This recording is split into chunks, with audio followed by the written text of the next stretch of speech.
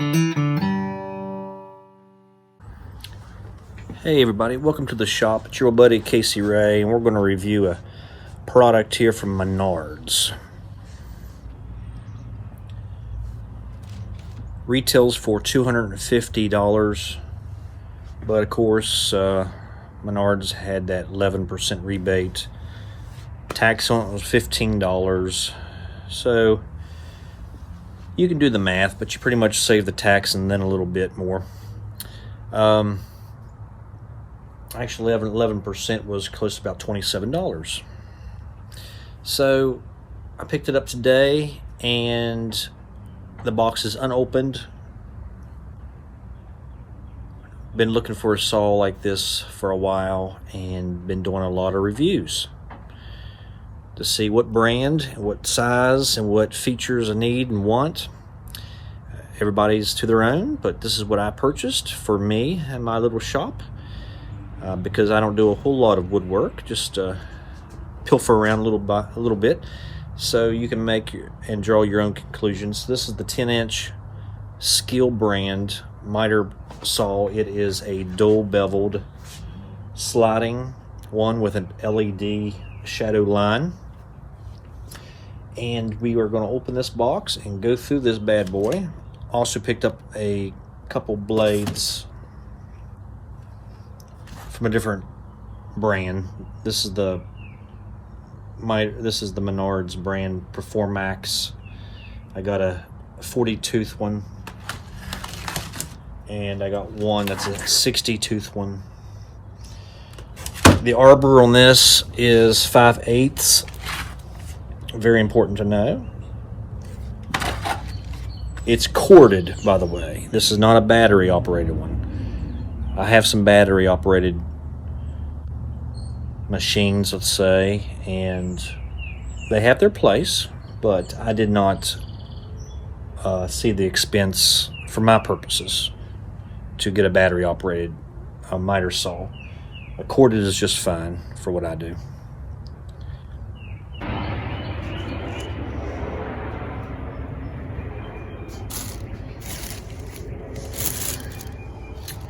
There is a blade included.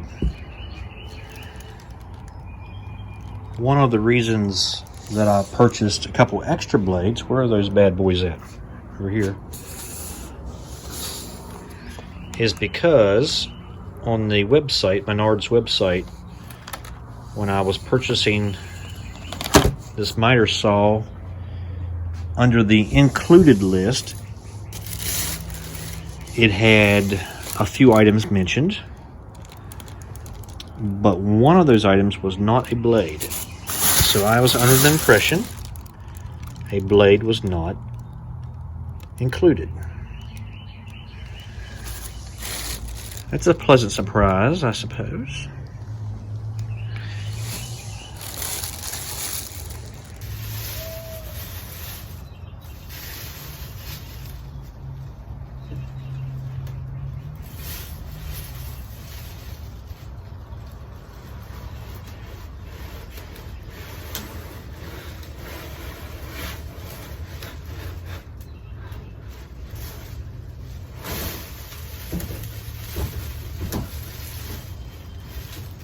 It weighs about 500 pounds, but I've been working out.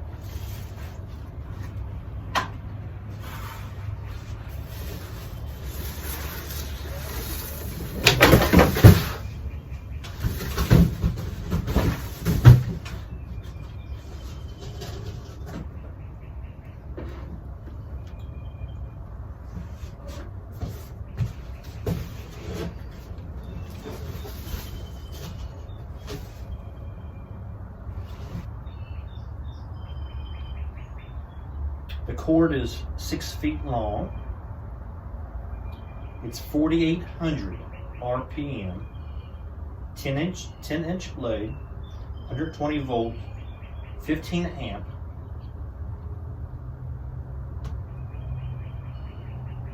And the arbor size, as mentioned, is 5/8 of an inch.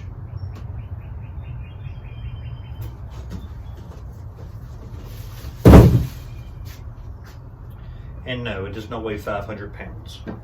Very manageable.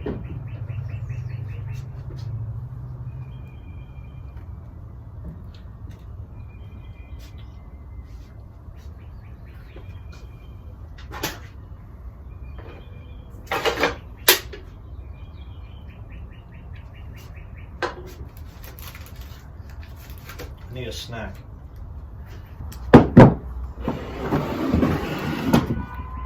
Let me show you what I'm talking about. So this is what you got.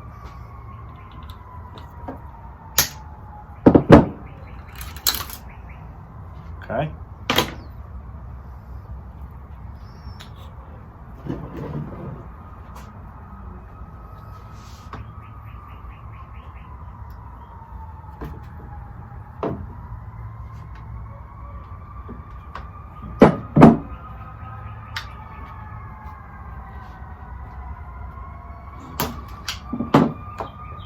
Two bands. I don't unpackage a lot of things of this caliber or this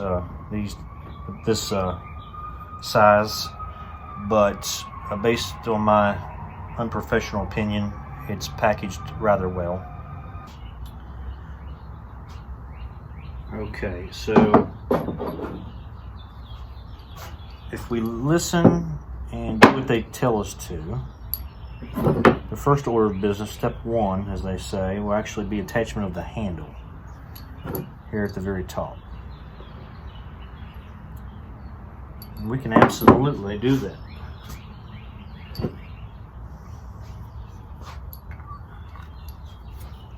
The handle is designed such that the bolts or screws will slide down to holes right there like that. This is the Allen wrench that came with the product. For the sake of using what was supplied, you can do this manually if you have the patience for it, or you can use your own Allen attachment on your drill or your Allen wrench extension, whatever you might have in your shop, and probably get this job here done a lot faster. But I'll show you the process using what they supplied, which can be a little tedious. So I went ahead and got my own Allen wrench that I have here in the shop because it was actually really convenient, so I went ahead and grabbed it.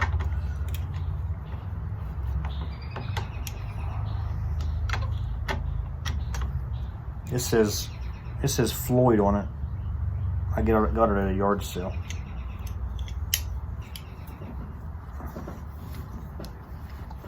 You might say I have a handle on this.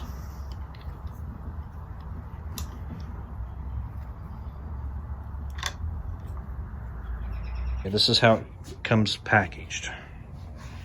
And there's a knob right here that can pull out to allow you to maneuver to different angles, different bevel angles. There's also a knob back here that can lock it into those positions. And so it came packaged, locked into this position. I had to turn that knob to release the angle, so to speak, to allow me to set it up at a 0 degree angle. And once you do that, of course, it freely slides as far as that goes. However, I told you I was going to talk more about that. So here, initially, when we got out of the box, there's very little maneuverability, but once you get it upright, you can slide it, you know, the length of the table and out here across the extension. The only packaging I haven't removed yet is this piece of cardboard that separates the blade teeth from the table, just to protect it temporarily. But it has it's free to slide. with the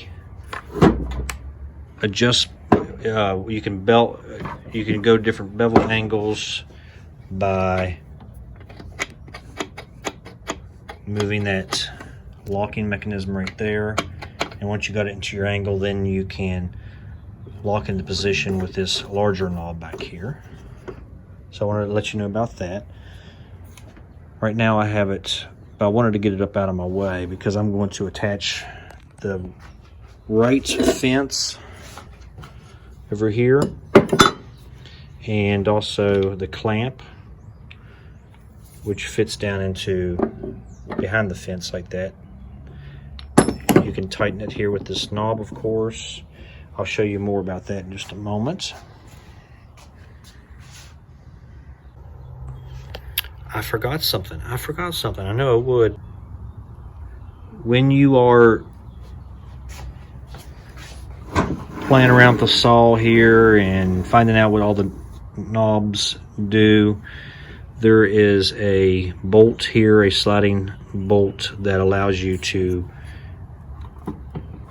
for the vertical movement of the saw. That is to say, it comes locked in this straight position here. Of course, you need to be able to get it up so above your material to cut. So this here is what locks it in that very perpendicular position with respect to the table. But once you push this out of the way, now the saw becomes airborne there. It's really nice. SKIL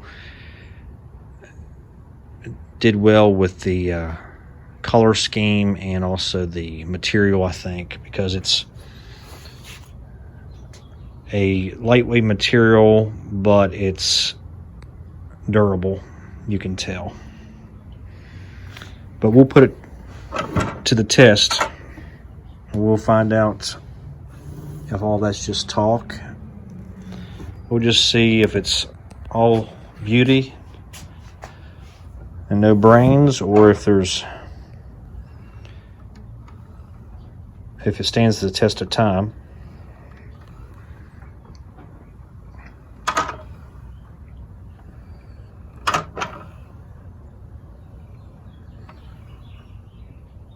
It comes with a 40 tooth blade for extra fine work.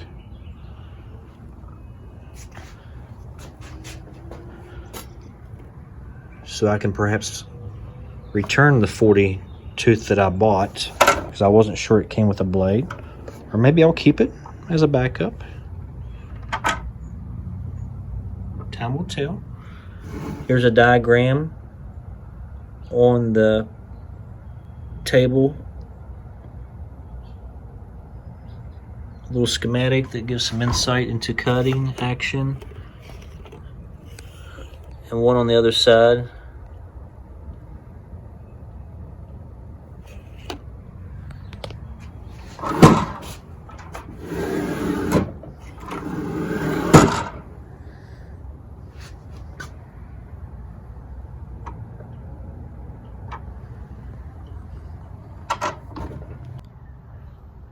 This is the clamp I'm getting ready to install. It goes on either the right or the left-hand side of the saw, whatever your preference is. And it also depends on which side you're working off of. So there's different factors at play there. However, I wanted to show you the overall anatomy of this. One side has the grooves. There's two grooves, one there, one there. And that'll set your height for you when you slide it down into the hole where it's is embedded. And this side here, this handle comes in this position down. In order to move this piece in an effort to hold your material, you'll need to raise that up and then it slides up and down depending on the dimensions of your material. So let me show you up close here. This is the right side of the saw. The fence is not attached yet. Here's where I'm going to put it. Okay, and you can set it. You can, as you slide it up and down, you can feel it catch on a groove, and then you can tighten it with the knob right here.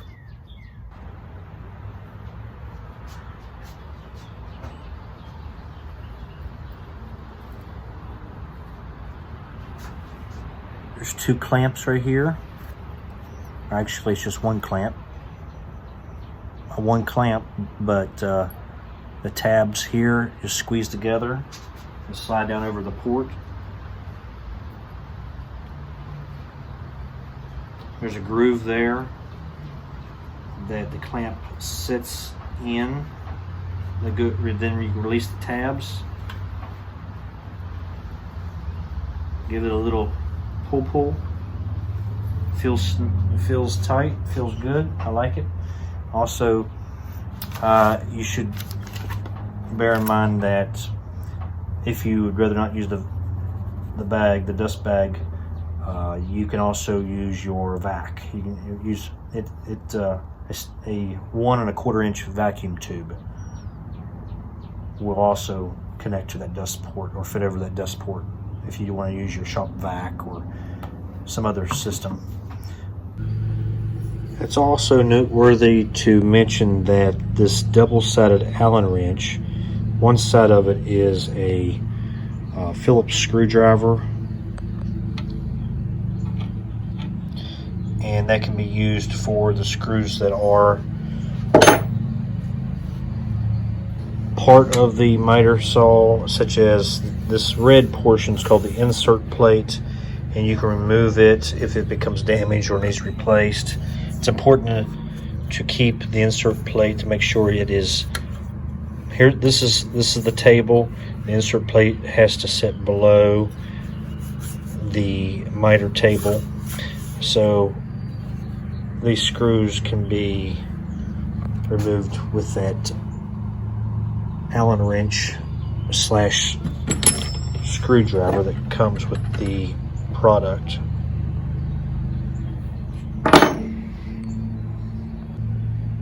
Attachment is by way of these holes right here, one on each leg, of course. You can use to secure it to your workbench, or there's other means as well.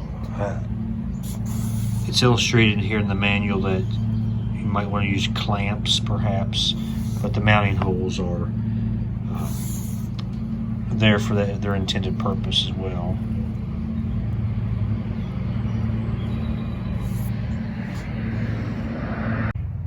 Okay, friends, it's taken us about an hour. Well, probably more than that, because I've been really taking my time. It's a beautiful day outside today. I've been in no hurry and just enjoying the process of setting up the new saw. So it's taken quite a bit of time to put all this together, although realistically you can do it pretty fast. Just a piece of old board from a pallet that I took apart. Here is the clamp. You can tighten it in position if you wanted right there. You can move this to the appropriate depth there. That is locked into position against the fence. It's resting on the extenders. This piece of wood here, it is not perfectly level or even. However, I have confidence that the saw itself is. It appears to be. And we'll make a cut here. It's plugged in. My light is still on. We'll make a pass and see how it does.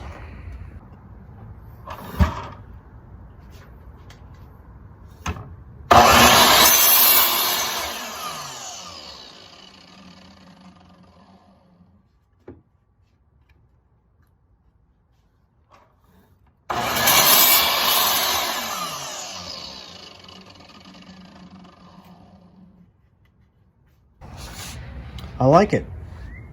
I've barely used it, but I like it. So if you're looking for a nice little setup for something that's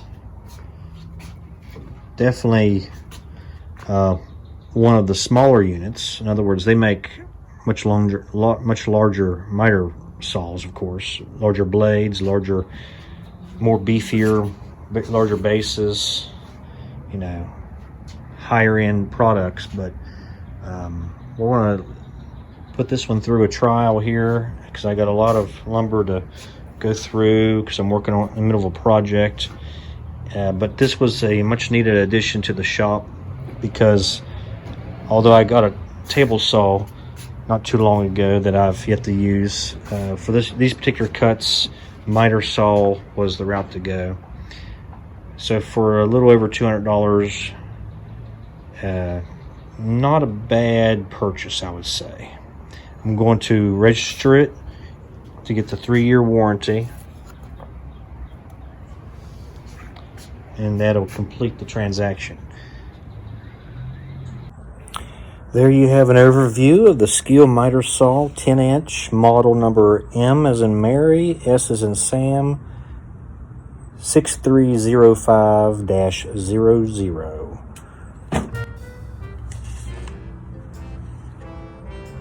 So far, a thumbs up, 10 out of 10. Hopefully that rating does not change. I've made a few cuts. Everything looks even, level, accurate, precise, all the above.